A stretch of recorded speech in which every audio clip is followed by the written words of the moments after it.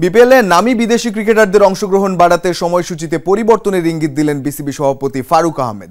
অন্য ফ্র্যাঞ্চাইজি লিগের সাথে সূচির সাংঘর্ষিকতার কারণেই এই সমস্যা মনে করেন তিনি। মানহীন বিদেশি ক্রিকেটার এনে বারবার প্রশ্নবিদ্ধ হয় বিপিএল।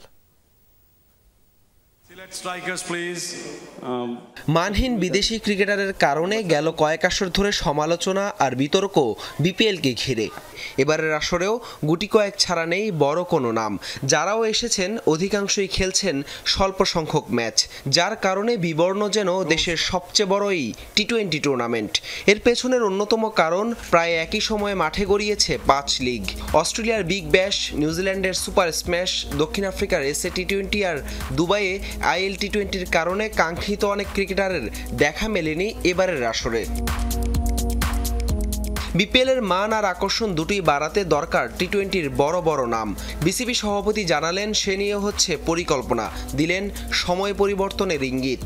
ফরেন প্লেয়ার কম, ফরেন প্লেয়ার তো যেই আমাদের ক্যালেন্ডার ছিল আইএল টি-20 চলছে, একটা টিমে 9টা প্লেয়ার খেলে দুবাইতে, 13টা প্লেয়ার ফরেন প্লেয়ার, 78টা প্লেয়ার 6টা টিমে এঙ্গেজ। আপনি ইচ্ছা করলে ফরেন প্লেয়ার পাবেন। নেক্সট ইয়ারে আমরা বের করেছি যে আমাদের সাথে কম্পিটিশন কার, এটা কি আইএল টি-20 না এসএ টি-20 নাকি আপনার বিগ ব্যাশ। আমাদের সবচেয়ে বড় কম্পিটিশন আইএল টি-20 যেটা দুবাইতে হয়, ওইটার সাথে আমরা ক্ল্যাশ করতে পারবো না। তাইলে আপনি ফরেন প্লেয়ার দেখবেন আমাদের ওদের থেকে অনেক বেটার হবে। দিন কয়েক আগে একই সুর ছিল ফরচুন বরিশালের অধিনায়ক তামিম ইকবালের কণ্ঠেও। বিপিএলের সময়সূচি পরিবর্তনের কথা বলেছিলেন এই তারকা ক্রিকেটার। যেটা শিডিউল ছিল ইট ওয়াজ অক্টোবর নভেম্বরের দিকে, if I am not wrong. I thought that was a better time to do it, because আপনি যদি চিন্তা করে দেখেন অক্টোবর নভেম্বরের দিকে you won't clash with SA টি-20, you won't clash with IL টি-20। So দুইটা মেজর টুর্নামেন্টের সাথে কিন্তু আপনি ক্ল্যাশ করবেন না। সো যদি এই দুইটা টুর্নামেন্টের সাথে আপনি ক্ল্যাশ না করেন তাহলে আপনি ইউল গেট মাচ বেটার প্লেয়ার্স। একটা সময় বড় বড় তারকা ক্রিকেটারের ভিড় ছিল বিপিএলের প্লেয়ার্স ডাগআউটে।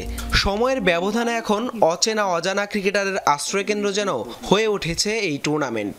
সেই পুরনো জৌলুস আর ফিরবে কিনা সেটা অজানা। তবে সূচিতে পরিবর্তন আসলে মানসম্মত নামী বিদেশিদের আধিক্য থাকবে টুর্নামেন্টে, সেটা হলফ করেই বলা যায়। হাসান আল মারুফ, যমুনা স্পোর্টস।